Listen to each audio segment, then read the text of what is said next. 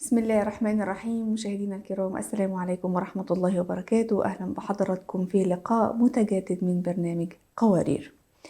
النجاح الشخصي والمهني دائما بيعتمد بنسبة كبيرة على اكتساب مهارات جديدة، ولازم ولابد ان يكون اكتساب المهارات دي أولوية عند كل إنسان فينا. أينشتاين له جملة شهيرة جدا بيقول فيها إيه؟ بيقول أن الحياة مثل ركوب الدراجة، لتحافظ على توازنك يجب أن تواصل التحرك. وبصراحة احنا ناخد من الجملة دي أو من المقولة دي إن احنا ما ينفعش نقف أبدا عن تطوير ذاتنا واكتشاف مواهبنا ومهاراتنا. بعض النساء أو البنات بالذات بيتكلموا عن النقطة دي ويقولوا احنا ما عندناش أي مهارة علشان نكتسبها، أو ما عندناش أي موهبة، أو ما يعرفوش ايه مهاراتهم وايه مواهبهم علشان يبدأوا يطوروها ويستمروا في تطويرها. ودايما المقولة اللي بيقولوها أصل أنا ست بيت، أنا براعي الأولاد، أنا بنظف البيت وباخد بالي من أسرتي، وكأن كل اللي بتعمله ده مفيش فيه أي مهارة، ولو ركزوا في أساسه هيلاقوه هو جل المهارة. النهاردة احنا هنتكلم عن اكتشاف الذات والمهارات والمواهب، ازاي اصلا نقدر نكتشفها، وطرق كمان تطويرها مع الأستاذة نجوى ياسين، الاختصاصي في علم الاجتماع والناشطة الإعلامية. السلام عليكم يا أستاذة نجوى، أهلا ومرحبا. وعليكم السلام ورحمة الله وبركاته أستاذة ندى، وأشكرك أولا على الاستضافة، شكرا جزيلا، شرفتينا. وأحيي من هذا المنبر مشاهدين قناة سلام. أهلا وسهلا وشكرا لكم. شكرا جزيلا لحضرتك، شرفتينا ونورتينا. الحقيقة موضوع اكتشاف المهارات والمواهب وتطوير الذات من الأمور المهمة جدا، ولكن الكثير بيجهلها ويجهل طرق التعامل معها. قبل ما نتكلم في موضوعنا بشكل تفصيلي، خلينا نفرق الأول ما بين ما هي المهارة وما هي الموهبة. الفرق ما بينهم إيه؟ موضوع شيق جدا ندى. المهارة، أولا نعرف المهارة نفسها. تعرف على أنها القدرة على الأداء والتعلم الجيد. نشاط، أو بصورة أخرى لو كنا نفصل، نشاط متعلم ثم يتم تطويره خلال ممارسة نشاط ما. بمعنى إنه يعني شيء تقدر تكتسبه، شيء تقدر تتعلمه، وشيء بالممارسة الإنسان يقدر يجيده أو يكون زي ما يقولوا perfect. reputation is perfect. كل ما يجيد الشيء، كل ما حاجة متعلمة، يعني بيكون عندها أسس وقوانين وتدرس حتى في المجالات الأكاديمية. ولكل مهارة تتكون من مهارات فرعية. يعني أي شيء بيكون فيه فرعي، عشان إنه زي نحن طبعا واخدين ربة البيت وأبسط شيء، يعني إنه ممكن لو جبنا مثال إنه الفروع بتاعتها ممكن هي كيف تقدر توصل المهارة إلى ذروتها. مثلا ربة البيت حتطبخ لو كان في البيت، أو ممكن كمهارة هي لو اكتسبتها ممكن تعمل بيها. لو المهارة دي نفسها فروعة، مثلا عايزة أطبخ حاجة الفلانية أيا كان، لو أنا المقادير نفسها، بعدين أشوف مثلا الشوبينج بتاعتها بالضبط، الاحتياجات يعني الخاصة بيها، المختصة بيها، ممكن أحضرها، ممكن أعملها. يعني بدل ما أكون آخر لحظة وأنا ما عندي ليها وأكون نقصان وكذا، ده في الإدارة نفسها. بالضبط، الإدارة، التايم، التوقيت، كل شيء بيكون عنده أشياء فرعية تساعد هذه المظهرة اللي هي نحن نسميها الطبخ، ممكن عشان إنها تكون في جودة أعلى من وتكون مرتاحة. يعني معنى كده إن ربة المنزل ست البيت عندها مهارات كتير، مش زي ما البعض منهم بيقول أصل أنا ست بيت، وكأن ست البيت دي ما عندهاش ولا مهارة ولا موهبة في أي حاجة، وشايفة إن اللي هي بتعمله شيء قليل جدا. تمام. دايرة شوية ندى نفرز بين المهارة والموهبة. الناس بتخلط بين الاثنين دي. لو أنا مثلا فرزت بيناتهم حأقدر أعرف مثلا كيف أنا ممكن أدي الموهبة كيف تساعدني على المهارة بتاعتي. لو اكتشفت موهبتي، الموهبة عرفوها على أساس إنها سمات معقدة تؤهل الفرد للإنجاز المرتفع في بعض المهارات والوظائف. إذن هي كوسيلة، يعني أنا لو عندي ليها رب العالمين بيد كل إنسان شيء، يعني موهبة، هبة من رب العالمين. أوكي؟ هذه الموهبة وهذه لو أنت اكتشفتها بتساعدك في أداء مهارتك أو الوظيفة اللي أنت بتكون عندك ليها. فأنا يعني لازم يعني أوظفها كيف. يعني لو إنه مثلا ضربنا مثل يقول لك اديتي يعني 2 نساء من مستوى نفس المستوى طبخة وعلمتيهم بنفس المهارة، بس ديكي كان عندها يقول لك نفس في الطبخ، نفسها حلو في الأكل. أيوة، نفسها حلو في الأكل أحلى. أيوة، يعني مع إنه الاثنين اتعلموا في مدرسة واحدة ومتخرجين، لكن ديكي نفسها كان أحلى. يعني موهبة من رب العالمين. هذه يعني بتخط يدها كده يقول لك خلاص يعني. فهذه موهبة، لو أنا وظفت الموهبة بتاعتي دي مع مهارات. شوفي عسى الشيف لما يكون يحضر الأشياء موجودة عنده، يكون على طول سرعة كذا، لأن هي عندها الموهبة مع المهارة إنها حتكتسبها كيف توظف هذه الموهبة، بتكون على مستوى أعلى من اللي احنا بنقول الآخرين. لأن ممكن يعني في بعض الأمور احنا ممكن نتعلمها، زي مثلا الشعر. الناس تقدر تتعلم ازاي نظم الشعر، لكن في حد وتقدر تكتب، لكن في حد تاني عنده الموهبة والملكة والإحساس، فاللي يكتبه يوصل لقلبك على طول. ده الفرق بقى بين الموهبة والمهارة. طيب لو نواصل على أساس إنه الفرد الذي يملك استعداد فطريا وتصقله البيئة الملائمة زي ما يقولوا، تظهر الموهبة في الغالب على أساس إنها شنو؟ مجال زي ما قلتي بتكون مجال أعلى. لو كان موسيقى، لو كان مثلا شعر، يكون عنده وذن، يكون عنده كلمات تدخل إلى قلبك. يعني يقول كلام ممكن حد تاني يقوله بنفس المستوى، لكن يدخل إلى قلبك منه إليك على طول، شفاف. عنده إحساس راقي. يعني واحد بيعزف موسيقى أو بيعزف شيء أو بيقرأ قرآن، هذا بيقرأ وهذا بيقرأ، بس يعني كلماته أو الإحساس بتاعه بشعوره بيوصله لك في أقل من وقت، لأنه هذا يعني لمس قلبك. عنده مهارة في الإلقاء، مهارة في الكلام، مهارة حتى في الإنصات. في مهارة أصلا في الإنصات، إن أنا أقدر أقعد وأسمعك وتحسي إن أنا مش متضايقة من كلامك. تمام. هذه الموهبة وظفها على أساس إنها نرجع نقول إنها للمهارة عشان تتطور. لو إنه هو عرف موهبته، عشان بس نأكد أنا دايرة أخد يعني زي ما يقولوا 100 خط تحت الموهبة. لو اكتشفت الموهبة ويعني علمتها بمهارات أو تقنيات، إنه أنت حتكون في ذروة. هتكون في القمة، في التوب. أيوة، في القمة. إذن سؤالي يكمن: كيف أكتشف موهبتي؟ دي بقى النقطة المهمة. يعني حطيتي إيدك حضرتك على سؤال مهم. كتير من الناس سواء كان نساء أو رجال فبيقولوا يا إما أنا ما عنديش مهارة أصلاً، أو ممكن يكون عنده مهارة وهو مش عارف يكتشفها أو موهبة. فإحنا إزاي طرق اكتشاف الموهبة أو المهارة علشان نبدأ بقى بعد كده الخطوة اللي بعدها إن إحنا نطورها؟ هي طيب، أن اكتشاف المواهب نفسها، المواهب يعني في العلم الاجتماع بيقول لك بيركزوا على حاجة بيسموها strengths based empowerment.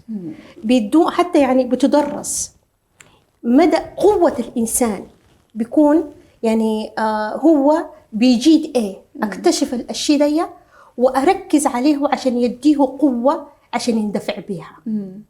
فبيقول له strengths based empowerment. مثلا الطفل وهو بيلعب وهو صغير بيبي، أنا أراعي أشوفه هو يعني بيحب اللعبات اللي هو بيحبها، لأنه بتكون مخزنة عنده، في هو موهبته موجودة فيها. تلقي طفل واحد بيلعب بعربات صغيرة، يعني لا واحد تاني بيلعب مثلا شايل له شاكوش وبيضرب وبتاع. يعني ده بيكون ميوله غير الميول التاني. دي يعني معنى كده ان حتى كمان لعب الاطفال بيدينا دلاله على الموهبه او المهاره اللي عنده. تمام. يعني نذكر مثلا في المدارس، وانت بعد شويه لما تدخل المدرسه يعني تذكري انت، ارجعي بذكرياتك انت كمذيعه ما شاء الله عليكي ندى، ايه اللي يخليكي تتخذي الاسلوب دي او تجي في المجال دي؟ يعني أنا في المدرسة كنت دايما في الإذاعة المدرسية، أنا اللي بقدمها. تمام. سنين طويلة من وأنا أول ما بدأنا من ابتدائي وبعدين إعدادي، فكنت حتى لما بقيت مذيعة أصدقائي والمحيطين بيا ما استغربوش، قالوا لي ما أنت على طول كنت في الإذاعة المدرسية. تمام. نفس الأسلوب دي كان عندنا مثلا طابور صباح أيوة في المدرسة عندنا يعني برنامج متكامل في السودان، يعني أخبار على يعني ترفيه على النص ساعة الأولى قبل دخول الفصول. أيوة طبعا. فبنكون إيه يعني في المقدمة، فبتلقيني أنا أول واحدة، يعني بيخطوني في كنت بحبه، كنت أحب المادة دي، الطابور الصباحي، البرنامج الصباحي، بمسك البرنامج من أوله لآخره، يعني بحب بستمتع. فلو ميولك هناك وسبت ميولك ومشيت لمجال تاني آخر، الإبداع بيكون فيه أقل. الإبداع بيكون فيه أقل لأنك أنت بالفطرة عندك هذه فعشان كذا بيكون الاسترسال يعني كل شيء بيكون سهل، لأنه صح. عندك الإمكانية، ما يعني تواجد الإنسان أمام كاميرا ما من السهل، يعني بيكون بيحتاج أشياء، بيحتاج يكون في تدريب ومحتاج كمان مع المهارة. تمام. الموهبة زايد المهارة، إذن اكتشافك لموهبتك بيساعد كيف إنك أنت زي ما يقولوا تقذف، يعني تمشي لأسلوب أعلى أو مكان أعلى في المهارة بتاعتك. تمام. طيب احنا كده اكتشفنا المهارة. طيب انا اكتشفت المهارة بتاعتي، بس يعني مش عارف اطورها ازاي، اخليها على القدر المطلوب ازاي، علشان زي ما حضرتك قلتي تساعدني واكون في المقدمة، اكون في التوب. اطور المهارة ازاي بعد ما الحمد لله تم اكتشافها بسلام؟ طيب في شيء بيسموه اكتشاف الذات. 3 مقادير لو شلناهم هذه، لو عرفنا الموهبة كموهبة، المهارة كمهارة، اكتشاف الذات ده في علم الاجتماع ما معروف بأنه معرفة ما بداخل وفهم مشاعرك. اكتشاف الذات أنا أكتشف ذاتي، والتعرف على شغف والوصول لمرحلة السلام الداخلي والمضي قدما برحلة الحياة وأنت راضي عما تقدم أو تقوم به. ده مش سهل أبدا يا أستاذة نجوى إن الناس تقدر تعمله. في ناس أصلا كتير بتقول أنا حاسس إن أنا تايه. كلمة إنه تايه ولا مش قادر يكتشف ذاته، دي لوحدها مشكلة كبيرة. شوفي أنت في الحياة واخدة ليكي بعض الحاجات وأنت رايحة زاد، زودوا زاد تقوى الله سبحانه وتعالى. يعني فأنت بتشيلي أشياء وأنت ماشية، لو أنت ما شلتي الأشياء اللي أنت محتاجاها بتكوني أنت ضليتي. طيب أعرف ليه أنا أهمية اكتشاف ذاتي بيساعدني فيه. أنا صح. إيه الأهمية؟ أيوة، ما الناس كلها عايشة يعني متفاعلة ومفيش مشكلة. أصحى وأنام يعني في سنة الحياة وخلاص، ربنا وجدني في هذه الحياة، أقوم أكل أشرب شو شغلي لا. لكن لو عرفت أهمية اكتشاف ذاتي، هذا ذات بيديني دافع على أساس إنه أنا أكون أعرف ليه أنا محتاج عشان إنه أكتشف ذاتي. أهمية اكتشاف الذات تكمن أهمية اكتشاف الذات في خلق الإنسان يملك صحة نفسية سليمة. الصحة النفسية السليمة ويحب نفسه ويشع إيجابية. كل ما يكون يعرف نفسه بيكون في إيجابيات. وكلما عرف الإنسان نفسه، إذا الإنسان ذاته ونفسه أفضل، كلما كانت له حياة أفضل. ليه؟ أكثر دقة، بيكون دقيق، طبعا بيكون فيها وضوح، عنده حكمة حتى في اتخاذ قراراته. في دقة. يعني أنت في كل شيء مثلا بتعملي شيء، بتخطي شيء، يعني أنا ليه أخطيت هذه ليه، يعني بتكوني منتبهة، بتكوني واضحة. ما عنديش تصرفات بالصدفة، كل حاجة بالنسبة لي مرتبة ومهدفة. تمام. بيكون في قوة أكبر، يعني في قوتك بتكون أكبر وأكبر، لأنه يعني أنت راكزة ملانة، يعني ما في شيء يعني تمشي كده ولا كده، يعني كل شيء. يعني أنا موجودة في الحياة دي، حد جاء أدالي كلام من هنا ولا سمعي كلمات، ما بتحبطك، لأن راكزة، عارفة نفسك ماشية من فين وإلى أين. يعني معنى إن أنا اكتشفت أهمية اكتشاف موهبتي، ده بيعمل زي حائط صد ما بيني وما بين أي كلام سلبي يتقلي من أي شخص انتقدني، سواء نقد بناء أو غير بناء، بيعمل لي كده زي مناعة من الإحباط. تمام.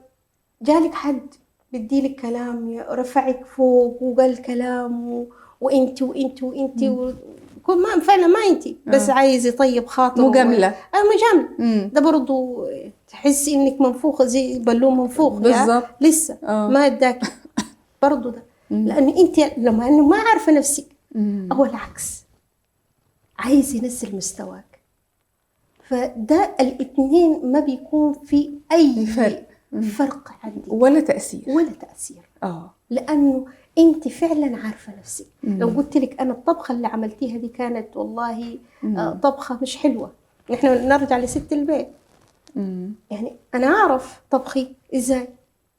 يعني واحد عايز ينتقدني يقول لي مثلا الطبخة كانت حلوة لكن ملحها مثلا كان شوية كتير، أسأل حد تاني مرة الجاية أعمل إنه إيه، أنا ما أكتر الملح فيها.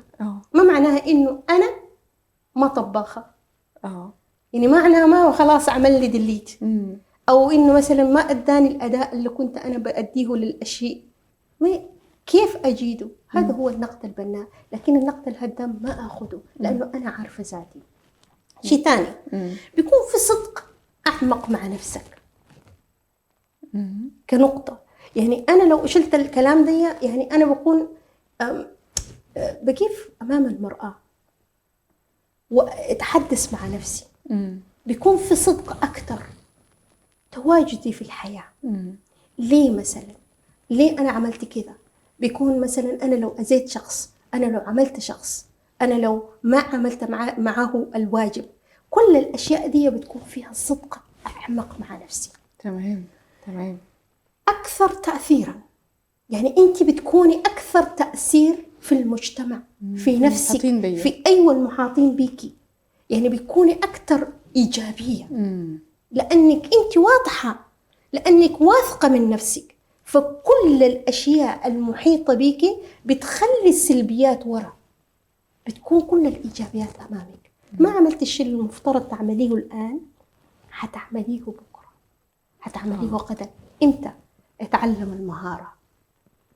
يعني كل مرة أنا لو أربط اكتشاف ذاتي بالموهبة بالمهارة، أنا حأتطور لقدام. من الأشياء برضو أنه قالوا تزداد سلاما. من أهمية اكتشاف الذات. كل ده احنا بنتكلم عن أهمية اكتشاف الذات. بيكون إنسان مسالم ومطمئن، طمأنينة وراضي عن نفسك بتزيدك كل مرة. ممتاز. وده محتاجينه جدا، السلام النفسي. يعني بتكون واضح، في وضوح أكتر ما في منه، وبتكون بعد دي إنك محب، وشك بيشع نور، محب للجميع، يعني يعني بتحب الحياة، بتحب الله، بتحب أي شيء، يعني حبك ما فيش مشاعر بغيضة أو مشاعر سلبية جوايا. ما فيش لأنك واضح، عارف نفسك رايح من فين وماشي فين. عارف رحلة الحياة، عارف الزاد اللي انت حتاخده. هديكي النهاردة ممكن تكون ضيفتنا في هذه الحلقة قصة، أو أنا دايما يعني هشرحها إن شاء الله، هنتعمق فيها. واحدة من الأخوات اللي هي بتأثر فيا شديد. هذه الأخت لو تصدقي أختي ندى، يعني تعرفت بها قبل كم 20 سنة. ياه، ده عمر. الله يرحمها، توفت قبل كذا شهور. رحمة الله عليها. أثرت فيا شديد. هذا هو الأثر.